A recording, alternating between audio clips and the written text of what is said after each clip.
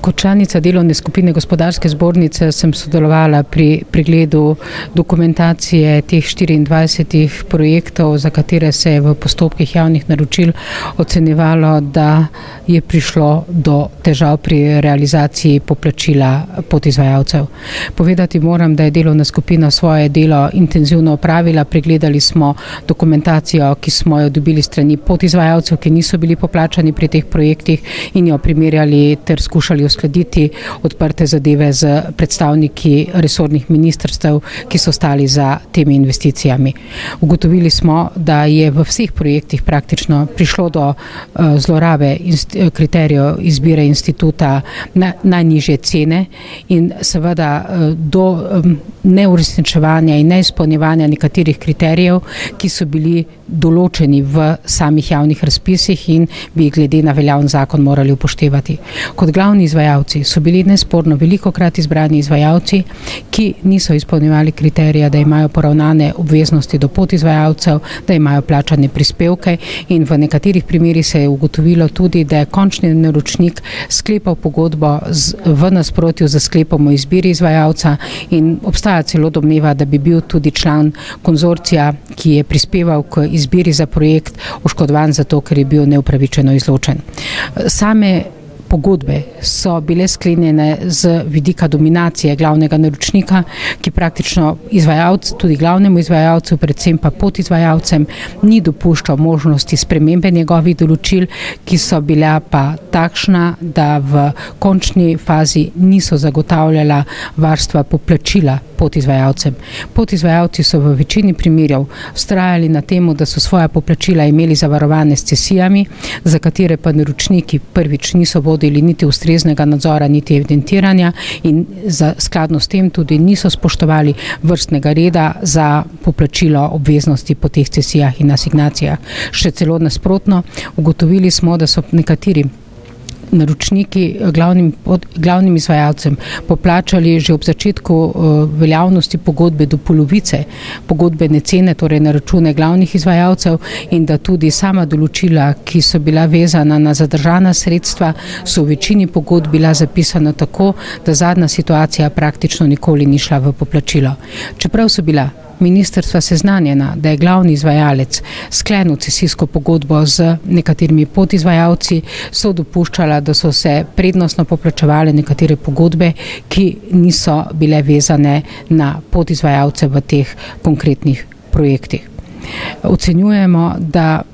bi lahko z drugačno prakso pri uresničevanju določil zakona o javnih naročilih preprečili vrsto nedokončanih investicij, vrsto projektov, v katerih so podizvajalci, člani naše gospodarske zbornice, ostali nepoplačani in so bili pahnjeni, bom rekla čisto direktno, v insolventne postopke. Težko si je soočiti z resnico, da si bil kot podizvajalec v prvi fazi oškodovan strani glavnega izvajalca, ki je šel v stečaj, in da ti naročnik v drugi fazi mora povedati, da ti dela, ki ga bo zdaj pa on prevzel direktno izvajanje in poplačevanje, ne smeš več opravljati, ker si v insolventnem postopku. Razlog, zakaj si v insolventnem postopku, pa je bilo po naši oceni ne dovolj skrbno in ne dovolj gospodarno ter vestno ravnanje tisti, ki so naročilo dali v izvajanje glavnemu izvajalcu in ki so imeli vendarle pravico, obveznost, da ustrezno nadzirajo pripravo, sklenitev pogodbe in njeno izvajanje, pa po naši oceni tega niso naredili. Prepričani smo bili,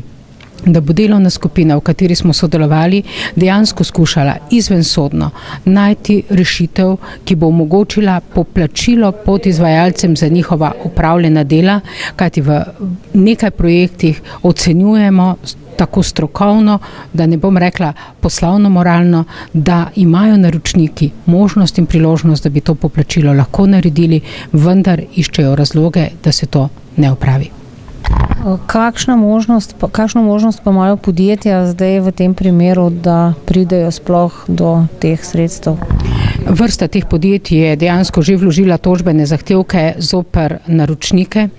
in jaz mislim, da v nekaterih primerih se bo dejansko ponovno potrdila stara praksa, da bo država odreagirala in plačala na podlagi sodne odločbe. To bo pa trajalo zelo dolgo. Kakšni bojo povečani stroški zaradi tega, v tem trenutku ne morem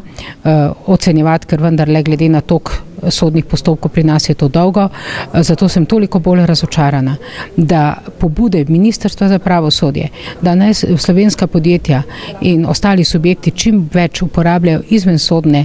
načine poravnavanja sporov, ni akceptirano v okviru drugih resornih ministrstev in predvsem drugih institucij v Sloveniji, ki bi verjetno za svojo skrbnostjo morali skrbeti, da do sodne odškodnine zaradi pravilnega ravnanja tudi državnih institucij ne bremenijo v tako veliki meri proračun, kot se bo zgodilo tudi v teh primerih, vendar je velika možnost, da bo pritok denarja šel v stečajno maso, ne pa več na račune podjetij, ki so ta dela opravili. Naloga vaše skupine pa je bila poiskati predvsem neko sistemsko rešitev za to problematiko? Mi smo imeli praktično dve nalogi za cilj. Eno, pregledati vse te zadeve in poskušati ugotoviti, ali je možno z izvensodnimi postopki poravnave medsebojne nekatere zadeve razrešiti in ugotoviti stanje in na osnovi pregleda vseh teh 24 projektov ugotoviti, katera so bila odstopanja, ki lahko ugotovimo, da bi lahko bodoče nekatere te stvari spremenili in oblikovati končna skupna priporočila vseh interdisciplinarnih